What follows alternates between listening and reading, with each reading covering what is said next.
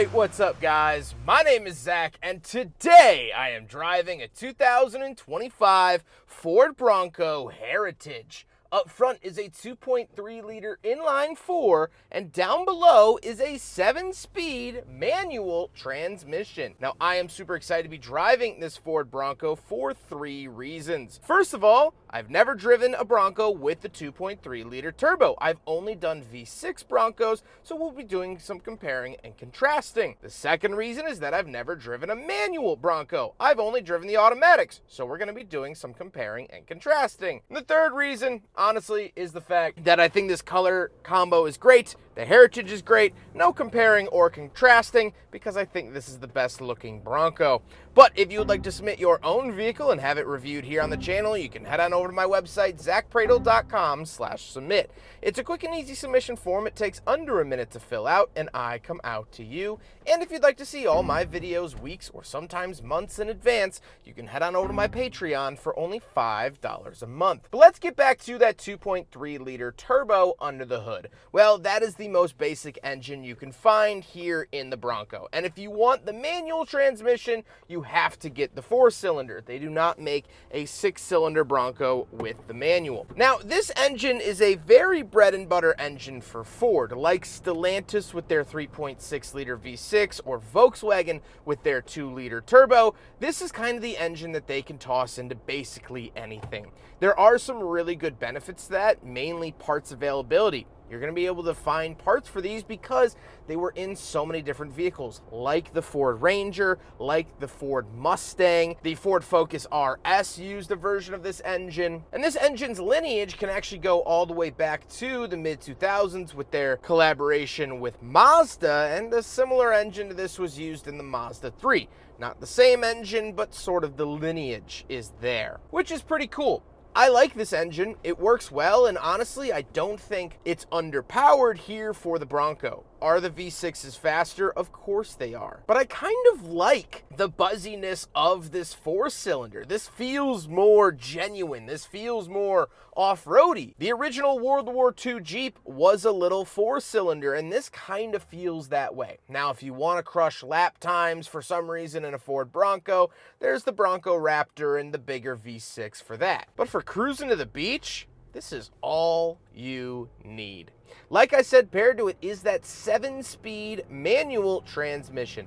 So it's really a 6-speed with a low-end crawl gear. That's what the C is here on the shifter. So it does have 7 forward gears, but you're really only using the traditional 6. It's not shifted any different way than a traditional 6-speed, so you're going to feel comfortable with it if you've never driven a 7-speed before. And honestly, I love the throw. It feels very notchy, it feels very solid, and this makes the Jeep Wrangler's manual feel like a wet paper plate at a backyard barbecue, and this is the fine porcelain china that you only bring out when the guests are here. This is an exquisite manual transmission comparatively to the Wrangler. Miles and miles and miles ahead of the Wrangler in every conceivable way. It feels better, it's easier to drive, it's more satisfactory to drive, it feels better built. Can you tell I hate the Wrangler's manual transmission? So the Bronco is the king manual off-roader. Done deal, sign it, send it, lick the stamp. Last but not least, of course, the Bronco is 4-wheel drive. You can't find Broncos in not 4-wheel drive. However, this does have the Sasquatch package, which is the bigger wheels, but it also gets the locking differentials, which is a very nice help. How does it feel to drive the Ford Bronco Heritage? Drives great. Absolutely love it. As I mentioned, I love the shifting. I don't think it's underpowered. However, we can put that to the test. So 2nd gear sport mode.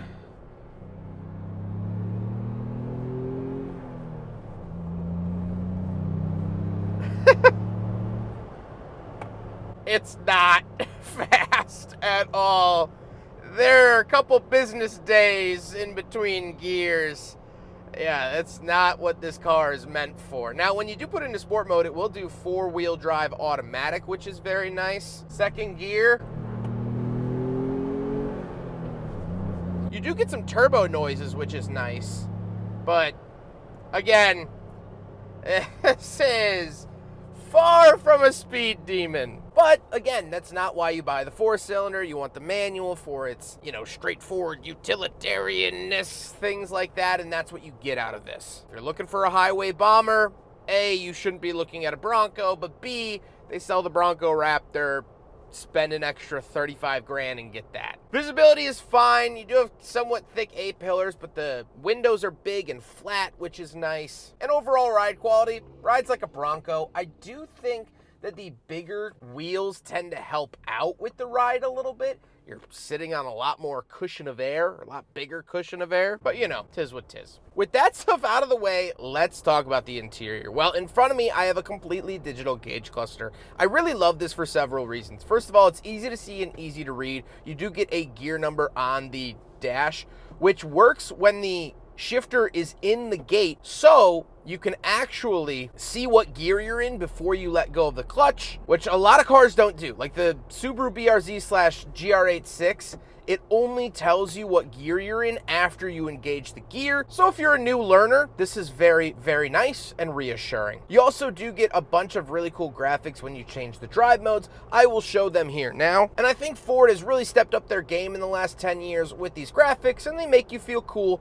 and they make you feel special. On the steering wheel on the left, we do have our cruise control options, as well as volume, and off to the right, we have our selectors for that gauge cluster screen, as well as skip track. Off to the left, we do have a climate vent, headlight switch, and gauge dimmer switch, as well as the power parking brake down below. Now, this is a manual, so you do have to use the parking brake. However, it will automatically disengage if you have your seatbelt on and you put it into gear. So you don't really have to use it all the time, which is a benefit of power parking brake, but still weird for a manual transmission vehicle. On the door, we just have our lock and unlock, and moving into the center, we do have a USB-C charger way up at the top of the dash, as well as the owner has put in a phone mount here. If you notice, there's a little tripod mount built into the dashboard. It says accessory ready, and Ford wants you to put things like phone mounts, camera mounts, and other little knickknacks up here. But then we have buttons for the front and rear locking diffs, as well as our traction control off and hazard switch, and then we have our infotainment display. This is the larger infotainment offered here in the Bronco. I like it. It works well. It has wireless Apple CarPlay and Android Auto. However, it doesn't get any crazy, wild features that you might expect out of a vehicle at this price point, but that's okay. It does have a backup camera that is very clear, so I definitely like to see that. Down below, we do have our volume, tune, auto start stop, skip track, and radio options. Then we have our climate controls. We do get dual zone climate here. Lovely to see that. And we get our heated seats. Down below, we do have a USB-C as well as USB-A. We have our 4-wheel drive and GOAT modes off to the left. So our drive modes, that's where you'll select sport and slippery and mud ruts, things like that. And then we have the shifter. I think the shifter looks very, very dignified. I think it's handsome. I think it looks good. And as I mentioned, it works very well. Then we do get a nice little badge that says established 1966 Dearborn, Michigan Bronco. Love to see this little touch. Again, just makes you feel special. Makes you feel a part of something bigger than just your car. Then we have cup holders. We'll do a big friggin' bottle test. It fails, however, to be expected, but nice to see that the cup holders don't change just for the manual transmission. Then we have our power mirror and window switches sort of tucked up against the center console. I can understand this being somewhat hard to find for a first-time user and driver, so kind of interesting there. But we do get that center console and the seats. The seats are decently comfortable. They are cloth. They're not anything special. However, I think they look good and they operate well. They are heated. However, they are actually manually adjusted, so kind of an interesting mix there. However, speaking of seats, we do have back seats, so let's go do a back seat review. All right, getting in the back of the Ford Bronco Heritage from 2025. And it's pretty standard Bronco stuff back here. The seat pattern does carry on back here. Love to see that. I think it's kind of an interesting look. We do get a center console. We get our window switches down here, as well as a wall outlet, which is a very nice feature to have. Ford is pretty good about doing that in some of their more modern products. So very, very happy to see that. Overall, nothing too crazy, but we can talk about the roof. This does come with the hard top. And so I can unlatch it back here. This comes off as one big panel.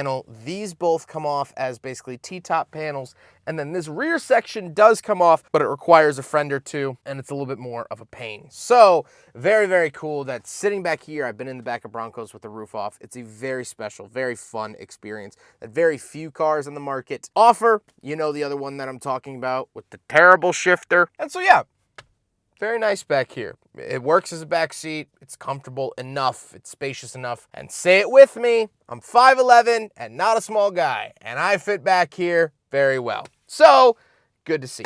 Let's hop into the very back. We'll take a quick look at the trunk and cargo space, and then we'll talk about the looks, which I love. All right, around the back of the Ford Bronco, we do have a handle here. Pull it out like that.